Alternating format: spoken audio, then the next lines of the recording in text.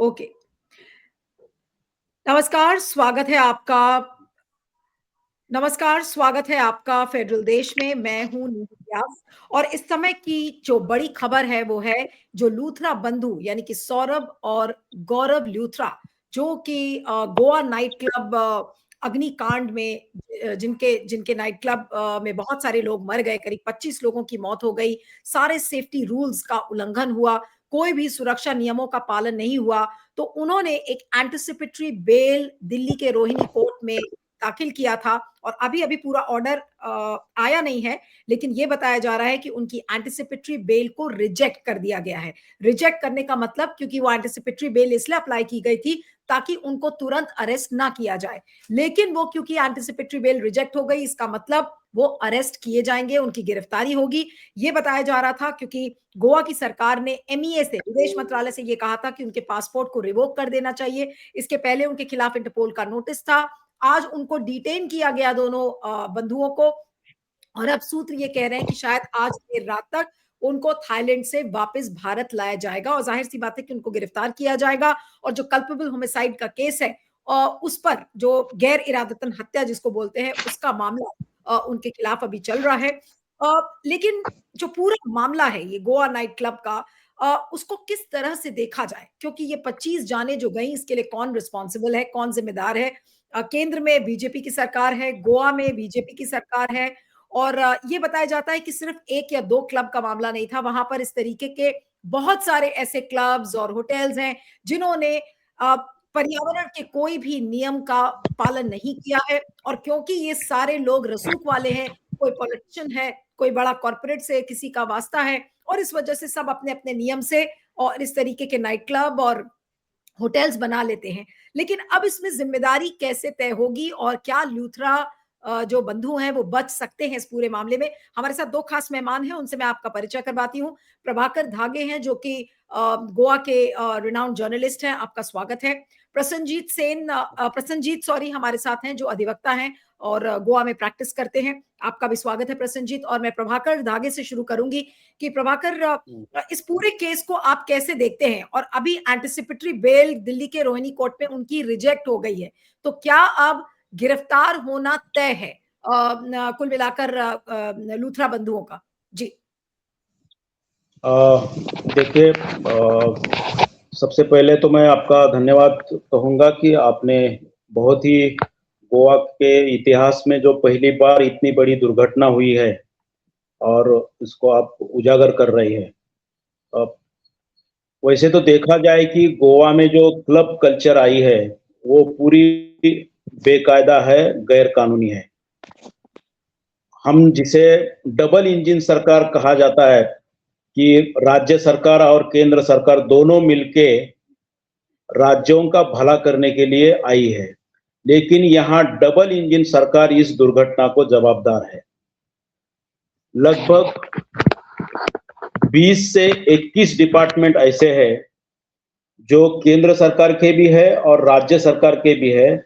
इन्होंने पूरा ये क्लब के बारे में जो भी कानून चाहिए, जो भी नियम बनाने चाहिए, उसकी ओर पूरी तरह से इग्नोर कर दिया है। सबसे पहले तो जहां ये जगह है रोमियो क्लब, यह जगह ऐसी जगह पे खड़ी है कि जहां जो पैन जहां बताया जाता है, जो लेक बताया जाता है, वो जगह पूरी सीआरजेड के अंतर्गत आती है और वहां किसी भी इस तरह का स्ट्रक्चरल कोई बिल्डिंग खड़ा नहीं कर सकते, ऐसी जगह में वो आज खड़ा है। और इस मतलब ये स्ट्रक्चर से लेकर वो क्लब चलाने तक के जो जो भी उसको कानूनी जो भी नियम पे चलना चाहिए था, उसके हिसाब से ये क्लब चलता नहीं है।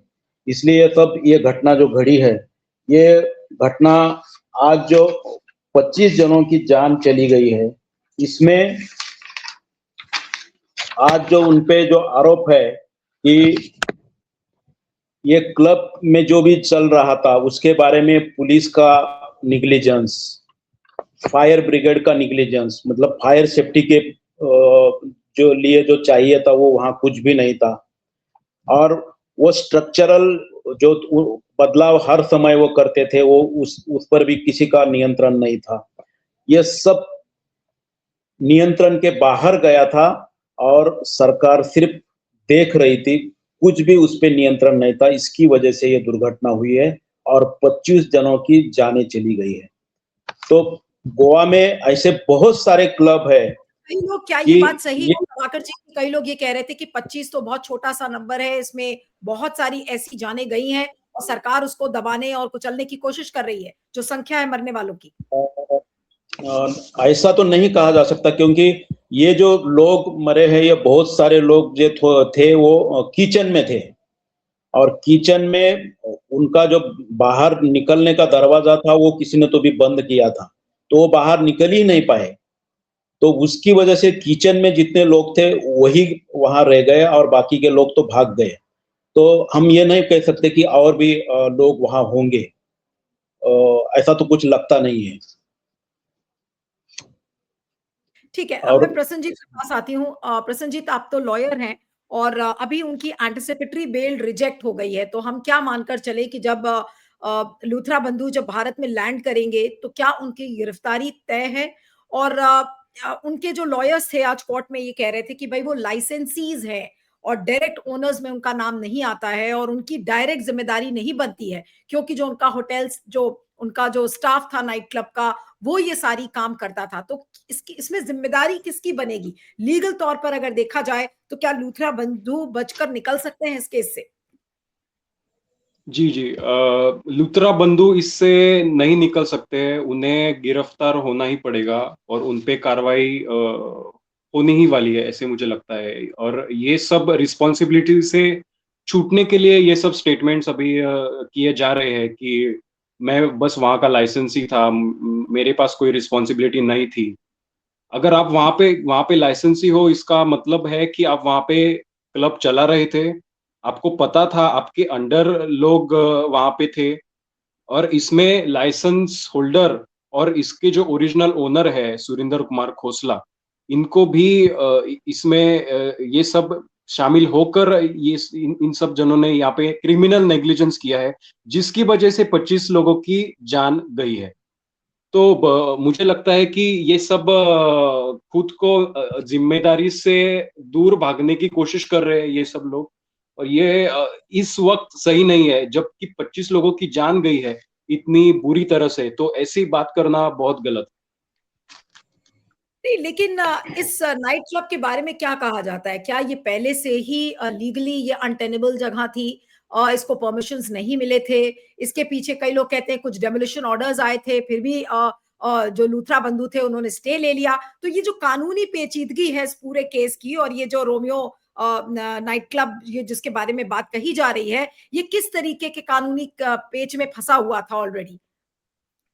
जी जी बिल्कुल, अगर देखा जाए तो करीबन अराउंड 1.5 इयर्स पहले हमने ऑलरेडी इस पे पब्लिक इंटरेस्ट में हमने इस पे कंप्लेन की थी कि ये जो जगह पे 1/58 survey number and 1/59 survey number में जहाँ पे ये क्लब बना है, तो हमने ऑलरेडी कंप्लेन की थी अथॉरिटीज को कि यहाँ पे इलीगल स्ट्रक्चर्स है जो कि सॉल्ट पैन्स, पैडी फील्ड्स और इको सेंसिटिव जोन में ये जगह कंस्ट्रक्शन किए गए हैं, तो इसमें लाइसेंस मिल ही नहीं सकता फर्स्ट ऑफ ऑल।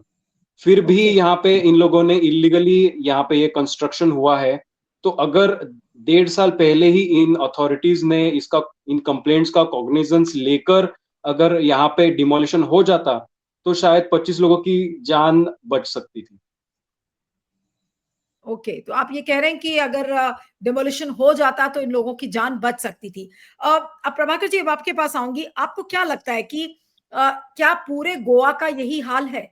कि ये तो एक लेन की बात हो रही है और उस मेन रोड पर ये नाइट क्लब था, और अगर उसका ये हाल है तो फिर जो अंदरूनी इलाके हैं जहां पर छोटे छोटे शैक्स में नाइट क्लब्स चलते हैं, गोवा की ज्योग्राफी से तो सब फेमिलियर है, टूरिस्ट वहां जाते ही रहते हैं, और ज्यादातर वो पुआल और जो घास फूस होता है उससे कवर्ड रहते हैं वो सारे।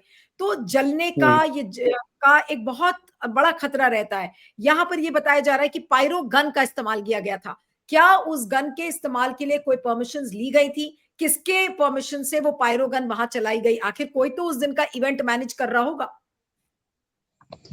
इसके बारे में ये तो अभी डिटेल्स बाहर नहीं आया है, लेकिन इतनी छोटी-छोटी बात को लेकर बड़ी बात तक कोई भी परमिशन की ज़रूरत नहीं, इस हिसाब से वो क्लब चल रहा था।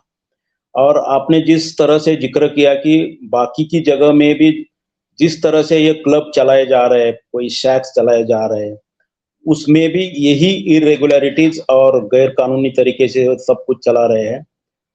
गोवा आज क्लब और कैसीनो इस में इतना डूबा हुआ है कि ये इससे अगर हमको फ़ायदा लेना है, तो कानून को नज़रअंदाज करो, नियमों को तोड़ो, यही सब जगह चल रहा है।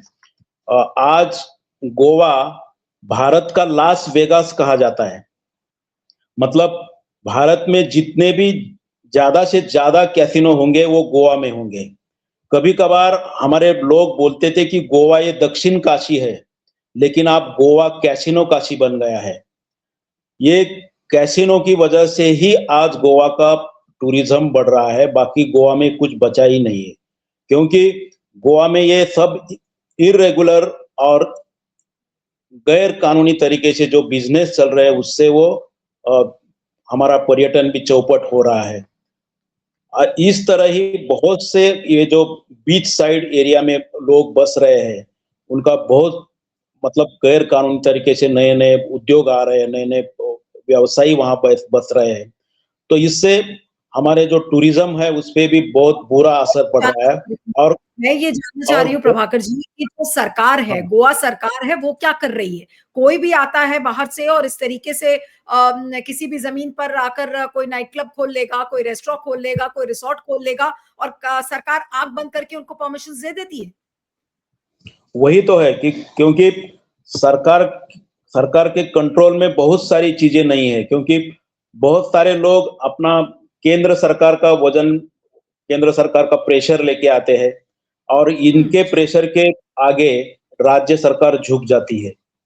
इस तरह से दिल्ली वाली लॉबी भी बहुत गोवा को सप्रेस कर रही है और ये जो बहुत सारे क्लब है वो दिल्ली वालों के हाथों में है। इस वजह से राज्य सरकार का कंट्रोल इनके बस में नहीं रहा है। ये तो आपने बड़ी बात कही कि बहुत सारे लोग दिल्ली से हैं जिनका कनेक्शन इस तरीके के नाइट क्लब से है। आपको क्या लग रहा है प्रसन्नजीत, ये चीज क्यों इतनी ज्यादा, क्या वहां पर गोवा के जो लोकल लोग हैं वो इस चीज को नहीं रोक पाए, या फिर अचानक से जो दिल्ली की लॉबी है या बाहर लोग इतना हावी कैसे हो गए हैं वहां पर? देखिए, ये चीज ओवरनाइट में नहीं हुई है। ये चीज बहुत सालों से होती आ रही है। करप्शन पहले कम होता था, अभी ज्यादा होने लगा है। तो अभी अगर कोई लोकल इसके बारे में कोई आवाज उठाता है तो उसका आवाज बंद किया जाता है। इसलिए वहां के लोकल्स भी इन चीजों से डरते हैं कि उन्हें पता होता है कि यहाँ पे कोई इलीगल चीज हो रही है, लेकिन वो उसके बारे में कुछ बोल नहीं पाते क्योंकि उन्हें पता है कि they will be silenced at any time. तो इतना खौफ और इन माफिया ने और करप्ट लोगों ने वहां पे बिछाया है कि कोई कुछ भी नहीं बोल सकता और कोई इनका कुछ भी नहीं बिगाड़ सकता। नहीं, लेकिन अब ये चीज रोकी कैसे जाएगी? धागे साहब, मैं प्रभाकर जी अब आपके पास आ रही हूँ कि ये ऐसा तो नहीं है ये इक्का दुक्का इवेंट है। क्या इस तरीके की ट्रेजेडी गोवा में पहली बार इतने बड़े स्केल पर इसमें इतनी सारे लोगों की जाने गई, क्या ये पहला अपने आप में इंसिडेंट है? आप लोग तो बहुत लंबे समय से गोवा में रह रहे हैं, क्या आपने इसके पहले कोई इस तरीके का मिसहैप सुना गोवा में? ऐसे छोटे मोटे तो मिसहैप हुए हैं, लेकिन इतने बड़े पैमाने पे 25 लोग एक साथ मरना, ये दुर्घटना तो पहली बार घटी है। इसके पहले भी गोवा में सनबर्न होता था, तो अभी इस साल सनबर्न नहीं हो रहा है। तो सनबर्न में भी ऐसे ही बहुत से ड्रग्स की ओवरडोज होने की वजह से बहुत सारी जानें चली जाती थी, लेकिन वो मामला वही का वही दबाया जाता था। जो एक्चुअल फिगर है मरने वालों की, वो सामने नहीं आती थी। इतनी बड़ी भीड़ होती थी लाखों की तादाद में कि वहां क्या घट रहा है, क्या क्या हो रहा है, किसी से पता नहीं चलता था। लेकिन ये रोमियो क्लब में जो हुआ है वो एक जगह पे हुआ है, और जो भी हुआ है वो सब लाइव हुआ है, तो इसको कोई दबा नहीं सका, इसलिए ये घटना आज उजागर हुई है। लेकिन ऐसे गोवा में ऐसी बहुत सारी घटनाएं हैं कि जो दबाई जाती है, लोगों तक आती नहीं, पुलिस वहां पहुंचने से पहले रफा दफा किया जाता है। मतलब गोवा एक क्रिमिनल स्टेट बनता जा रहा है। जो गोवा एक बहुत शांति का स्टेट कहा जाता था, बहुत अच्छी तरह से लोगों का करने वाला, लोगों को स्वीकारने वाला स्टेट कहा जाता था। ये स्टेट आज सबसे क्रिमिनल घटनाओं की वजह से बहुत ही बदनाम हो रहा है, इसलिए ये घटना होती जा रही है। और लोकल लोगों को प्रभाकर जी, जब आप ये कहते हैं कि क्रिमिनल स्टेट बनता जा रहा है, तो इसका मतलब ये है कि यहाँ पर जो माफिया लोग हैं, उनका जो दबदबा है वो एक तरीके से बढ़ रहा है। तो ये कौन से माफिया है? टूरिज्म माफिया है, माइनिंग माफिया है, कौन कौन से माफिया इस समय बहुत ज्यादा प्रेवलेंट है? पहले तो गोवा में माइनिंग माफिया बहुत बड़ी तादाद में थे गोवा में, लेकिन 10-12 साल पहले गोवा का माइनिंग पूरी तरह से बंद हो चुका है। तो ये माइनिंग लॉबी अभी साइलेंट में गई है। एक जमाना ऐसा था कि ये माइनिंग माफिया ही गोवा चलाते थे। हम कहते थे कि गोवा की एक सरकार गोवा के विधानसभा से चलाई जाती है और दूसरी सरकार माइनिंग माफिया चलाते हैं। अब माइनिंग माफिया की जगह कैसीनो माफिया ने ली है, क्लब माफिया ने ली है, और ये लोग ही आज गोवा को कंट्रोल कर रहे हैं। जिस तरह का क्राइम गोवा में बढ़ रहा है, जिस तरह से सुपारी लेने की जो नई एक सिस्टम क्राइम में आई है, इस तरह से देखा जाए तो आम आदमी डर कर जी रहा है कि इसके खिलाफ कौन आवाज उठाए, क्योंकि सरकार इसके किसी को कंट्रोल नहीं कर रही है। ये जो माफिया है जो अपने हिसाब से चल रहे हैं, और सारे गैर कानूनी धंधे चलने की वजह से जो कानूनी तरीके से चलना चाहता है, उन आम आदमियों पे कोई भी मतलब कोई आशा का किरण नजर नहीं आ रहा है। इस तरह से गोवा जैसा एक छोटा राज्य बहुत ही भयभीत और एक डरे हुए माहौल में जी रहा है। जी। नहीं, ये तो वाक़ई में बहुत ही चिंता वाली बात है, लेकिन प्रसेनजीत, अब आपके पास आ रही हूँ कि ऐसे में इस समय इस बड़ी ट्रेजेडी के बाद आपको क्या लग रहा है? ठीक है, आज जो लूथरा बंधु हैं, उनको गिरफ्तार कर लिया जाएगा। हो सकता है उनको अरेस्ट करके उनको एक लंबी सज़ा भी हो जाए।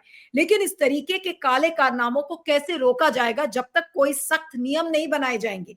अगर इसी तरह से अंधाधुंध परमिशन दिया जाएगा, तो फिर ये जो चीज है आज इस गोवा नाइट क्लब के साथ हुई है, कल कहीं और भी इस तरीके की घटना हो सकती है। तो ऐसी घटना ना हो, इसको रोकने के लिए इस समय जो समय की जरूरत है, तुरंत फौरी तौर पर राज्य सरकार को क्या करना चाहिए?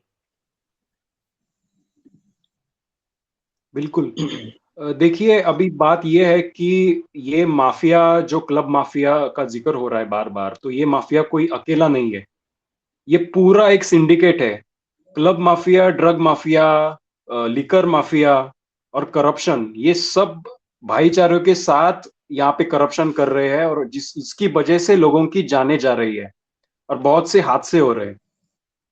तो अभी अगर हमें किसी एक माफिया को टारगेट करना है तो तो हम जस्टिस नहीं ला सकते सिस्टम में। हमें पूरा जो सिंडिकेट है, पूरे सिंडिकेट को टारगेट करना पड़ेगा। और ऐसा होता है कि हर बार जब भी कोई ऐसी बड़ा सा हादसा होता है, जैसे अभी हुआ जिसमें 25 लोगों की जानें चली गई, तो लोग हमेशा लॉ को पॉइंट आउट करते हैं कि क्या हम स्ट्रिक्ट लॉ बना सकते हैं, क्या हम और भी रूल स्ट्रिक्ट बना सकते हैं। तो देखिए, ये जो हमारा जुडिशरी है, ये कोई खुद के इंडिपेंडेंट ऑटोनॉमसली नहीं चलता। ये डिपेंडेंट होता है कैसा एविडेंस कोर्ट में लाया जाएगा, पुलिस कैसे काम करती है, इस पे भी क्रिमिनल जस्टिस बहुत ज्यादा निर्भर है। और ये जो इन्होंने कंस्ट्रक्शन लाइसेंस इशू की है, तो इसमें अगर कोई माल प्रैक्टिसेस चल रही है, इसमें कोई डॉक्यूमेंट्री मैनिपुलेशन हो रहा है, मतलब सरकार की जो एडमिनिस्ट्रेशन है वो ठीक से काम नहीं कर रही है, तो अगर लॉ को ठीक से काम करना है जिसके कारण लोगों को जस्टिस मिले, तो ये अनिवार्य है कि हर एक जो कंपोनेंट है हमारे सोसाइटी का और गवर्नमेंट का वो ठीक से काम करे, पुलिस ठीक से काम करे, एडमिनिस्ट्रेशन ठीक से काम करे, ताकि कोर्ट को मदद मिले और वहां पे ठीक से उन्हें एविडेंस मिले जिसके कारण वो जो क्रिमिनल्स है उनको उनके ऊपर ठीक से ट्रायल हो पाए। धागे साहब, अंत में प्रभाकर जी आपके पास आऊंगी। क्या कहेंगे इस पूरे घटनाक्रम पर, और इसमें न्याय कैसे मिलेगा उन परिवारों को जिनके जिनके लोगों की मृत्यु हो गई? देखिए मैडम, न्याय की बात करें तो बहुत ही दुर्लभ लग रहा है, लेकिन फिर भी अगर ये लोग अंत तक ये सिस्टम से लड़ते हैं पूरे ताकत के साथ और ये पूरे एविडेंस के साथ, तो शायद उनको न्याय मिल सकता है। क्योंकि आज भी हमारा भरोसा न्यायपालिका पे है, जजेस पे है और सारी सिस्टम पे है।